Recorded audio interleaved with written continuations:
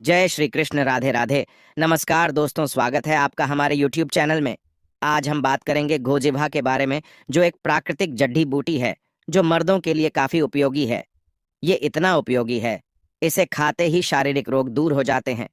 इसे कैसे खाना है और कब लगाना है और कितनी मात्रा में नीचे वाले पर लगाए, क्या इसके फायदे हैं खाने से, वो हम आपको सब कुछ बारी बारी से बताएंगे। इसलिए आप आज के इस वीडियो को 5-10 मिनट का समय जरूर दें, क्योंकि आधा अधूरा ज्ञान विष के समान होता है। इसलिए आप वीडियो को बिना स्किप के देखें, जिससे आपको पूरी जानकारी अच्छे से मिल सके। और ये वीडियो मर्दों के लिए काफी खास होने वाली है। तो दोस्तों, इस जानकारी के क्रम को आगे बढ़ाते हुए आज हम बात कर रहे हैं एक ऐसे वनस्पति के बारे में जो जमीन पर पसरती है। जी हाँ, यह कोई आम वनस्पति नहीं है। इस जड़ड्डी बूटी का नाम गोजिभा है। संस्कृति के आयुर्वेद के ग्रंथों में खंडपल्ली के नाम से इसका जिक्र मिलता है। साथ ही इसके कई अन्य नाम भी है, जैसे कि हिंदी में इसे गोभी कहते हैं, तो मराठी में इसे जंगली गोभी कहते हैं। साथ ही गुजरात में इसे गर्जी भी कहते हैं, तो राजस्थान में इसे कांपसी कहते हैं। तो अगर आपने इसे पहचान लिया और आप इसका कोई अन्य नाम जानते हैं तो हमें कमेंट्स में ज़रूर बताइएगा। तो दोस्तों, वीडियो शुरू करने से पहले वीडियो को लाइक और चैनल को सब्सक्राइब ज़रूर करें। और अगर आपके जीवन में कोई भी परेशानी है तो आप हमें कमेंट करके बताएं, हम आपकी सहायता अवश्य करेंगे। दोस्तों, वनस्पति आपके घर के आसपास, तालाब किनारे, या फिर अगर आप किसान हैं तो यह आपको आपके खेतों के आसपास कहीं ना कहीं ज़रूर मिल जाता होगा। कई बार यह वनस्पति घर के आंगन में भी उग जाती है। इसकी पत्तियों का आकार गाय के जीभ के समान होता है, इसलिए इसे गोजीबाग कहते हैं। यह वनस्पति वर्षा ऋतु के समय हर जगह संपूर्ण भारतवर्ष में पाई जाती है। इसकी पत्तियों के बीच में एक तना निकलती है और उसके ऊपर पीले रंग के फूल लगे होते हैं, जो कि अभी इस वनस्पति के ऊपर लगे हुए नहीं है। जब यह अपना आकार लेता है तो इस पर कुछ इस प्रकार से फूल निकलते हैं। दोस्तों, साथ ही साथ इसके पत्ते को उसकी शाखा से तोड़ ढने पर इसमें से पीले रंग का दूध निकलता है। इस जड्डी बूटी की प्रकृति ठंडी होती है और यह स्वाद में कड़वा, कसैला और तीखा होता है।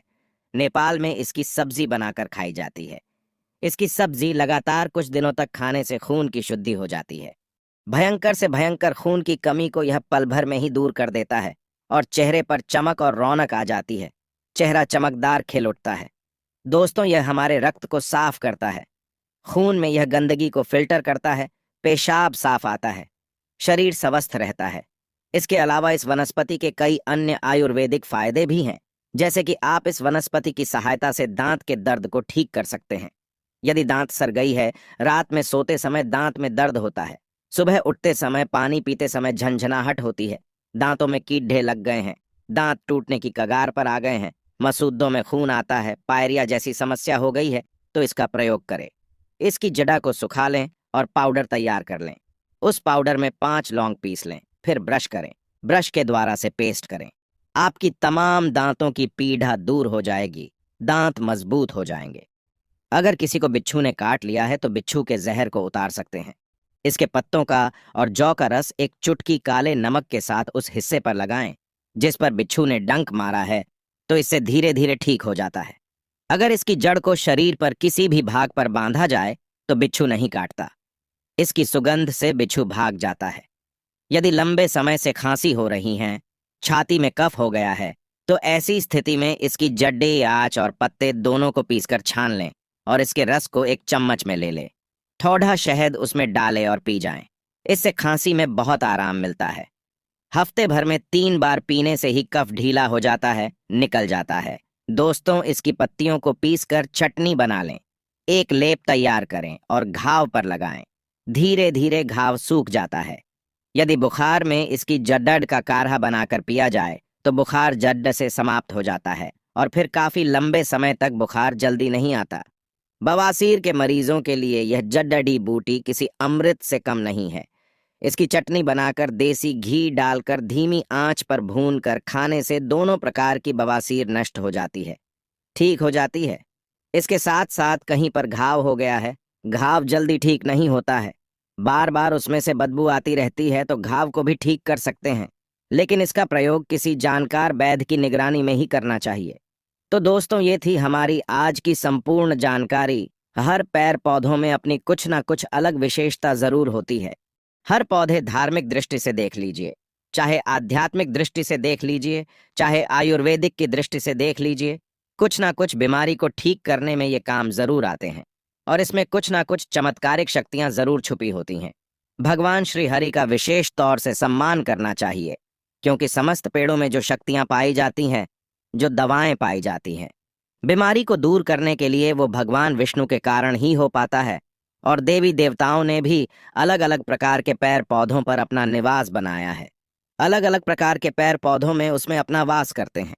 इसी क्रम में आज मैं आप लोगों को जो सफेद कटेरी नाम का पौधा होता है, जिसमें कांटे अत्यधिक पाए जाते हैं, कांटे इसमें अत्यधिक होते हैं, इसीलिए इसे कटेरी कहते हैं। तो जो सफेद कटेरी होती है, इसके अलौकिक चमत्कारिक प्रयोग बताऊंगा। अगर आज के वीडियो मिस कर दी तो सारे जिंदगी पछताना होगा, क्योंकि अधूरा ज्ञान हमेशा खतरनाक साबित होता है। इसलिए ज्ञान को कभी बीच में ना छोड़ दे, नहीं तो बहुत पछताओगे। क्यों पछताना होगा? क्योंकि इसकी जड़ में कुछ ऐसी चीज पाई जाती है। इस पेड़ पौधे से आप लोग लाखों करोड़ों रुपए भी कमा सकते हैं। इस पेड़ पौधे की मदद से कई प्रकार की चमत्कारिक शक्तियां पा सकते हैं। तो वीडियो को ध्यान से देखना। दोस्तों, इस प्रकार की जो जानकारी होती है अमूल्य होती है। तो जो ये कटेरी नाम के सफेद पौधे हैं, इसके चमत्कारिक फायदे सुन लीजिए। वैसे जो नीले कलर की कटेरी नाम का एक पौधा होता है, आप ग्रामीण इलाकों में रहते हैं तो बहुत ही आसानी से यत्र तत्र देखने को मिल जाता है, लेकिन इसके अंदर में चमत्कारिक शक्तियां नहीं होती। जो सफेद कलर की कटेरी होती है, जिसमें सफेद कलर का फूल आता है, वो कटेरी का पौधा आध्यात्मिक दृष्टि से, धर्म की दृष्टि से, वनस्पति की दृष्टि से चमत्कारिक होता है। क्यों चमत्कारिक होता है, इसके साथ प्रयोग बताऊंगा। वीडियो को ध्यान से देखना। ऐसा माना जाता है कि इस पौधे की जड़ डच के नीचे में जो सफेद कलर का फूल खिलता है, इसकी जड़ डडी के नीचे में हीरे, जवाहरात, सोना, चांदी, सोने का कलश दबे होते हैं और बहुत से लोगों को प्राप्त हो चुके हैं। हर जो सफेद कलर के नहीं खेलते, जिसका टेहरी के पौधे के नीचे में साधन होता है, जैसे कि कलश है, बट हुए हैं, हीरे हैं, जवाराहत है, वही जो कटेरी है। सफेद कलर के उसमें फूल आते हैं, उसी कटेरी में सफेद कलर का पुष्प लगता है। जहां पर सफेद कटेरी का पुष्प मिल जाए, जो कटेरी हो, उस पौधे में सफेद कलर के पुष्प लगे हैं, समझ जाइए उसके नीचे में जमीन में निश्चित रूप से गड़ा हुआ धन है। वहां पर आप खुदाई जरूर करें, आपको जमीन में दबा हुआ धन जरूर प्राप्त होगा। लेकिन ये 3 कंडीशन में श्मशान में रहने वाले जो कटेरी का पौधा है, इसमें अत्यधिक मिलता है। दूसरा हमने देखा है जो मंदिर के पास के पौधे हैं, सफेद कलर की कटेरी उसमें मिलता है। और जो जैसे कि मंदिर परिषद में हो गया, श्मशान में हो गया, और जो जंगल की कटाई होती है, इसके अंदर में भी जो सफेद कलर की कटेरी बोलते हैं, इसके अंदर में भी जमीन में गड़ा हुआ धन पाया जाता है। ये था धन प्राप्त करने का पहला प्रयोग। अब मैं आप लोगों को इसके कुछ और चमत्कारिक प्रयोग बताता हूं। अगर केवल इसका एक सफेद पुष्प, ध्यान से सुनिएगा, अगर केवल इसका एक सफेद पुष्प मां लक्ष्मी को शुक्रवार के दिन उनके बीज मंत्र पढ़ाते हुए चढ़ा दे, तो मां लक्ष्मी तत्काल प्रसन्न होती है। और लक्ष्मी प्रसन्न होने के कारण आप समझ सकते हैं, जब लक्ष्मी आपसे प्रसन्न होती है तो आपके जीवन में दुख, तकलीफ, गरीबी, निर्धनता, रोग, दोष, व्याधि, कर्जे, जीवन में चल रही परेशानी, तमाम तरह की समस्याएं जड़ड्यच से समाप्त हो जाती हैं। जो लोग लक्ष्मी को प्रसन्न करना चाहते हैं, ऐसे व्यक्ति अगर उनके पुष्प मिल जाते हैं तो इनके पुष्प का प्रयोग कर सकते हैं। और ऐसा भी माना जाता है, इसकी जड़ीडीएच में अमृत की एक बूंद पाई जाती है। इसलिए सोते समय इसकी जड़ डाच को से सिरहाने में रखने से, ध्यान से सुनिएगा, इसकी जड़ छा को सिरहाने में रखने से बीमार पड़ी डेहा व्यक्ति भी, जो खाट में पड़ी डेहे व्यक्ति है, कुछ दिन तक अगर इसकी जड़ डाच को तकिए के नीचे में रखते हैं तो बीमार पड़ा जो व्यक्ति हैं, चलने फिरने में असमर्थ है, ऐसे व्यक्ति भी चलने फिरने में, दौड़ दहाने में समर्थवान हो जाते हैं। तंत्र बाधा अगर किसी ने आपके ऊपर कर दी है, जिसके कारण आप लंबे समय से बीमार है, आपको समझ में नहीं आ रहा है, तो यह सारे तंत्र बाधा को खींच लेता है और आपको रोग मुक्त कर देता है।